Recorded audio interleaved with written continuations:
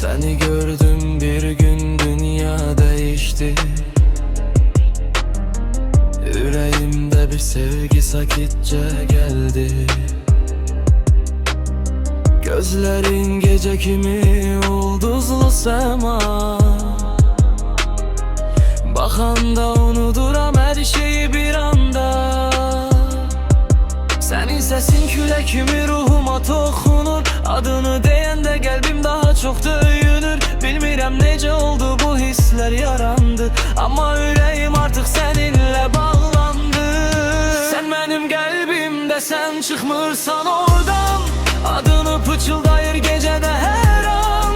Dünya dağılsa da dəyişməz bu hal, çünki səni sevirəm mən hər zaman. Sən mənim nəfəsimsən, ürəyimin səsi, sən o gizli arzum, həyatın mənası. Bir ömür boyu tək bir istək var məndə, səni itirməyim, qal mənimlə mişə.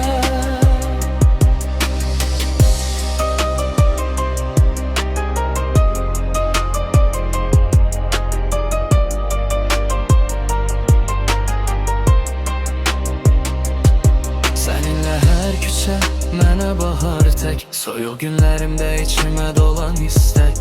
Gülüşüm dəyir, bütün dərdim azalır, sən yanım olanda zaman belə dayanır. Sənsiz keçən saatlar mənə ilk kimi, hər mesajın içir ürəyimə bil kimi.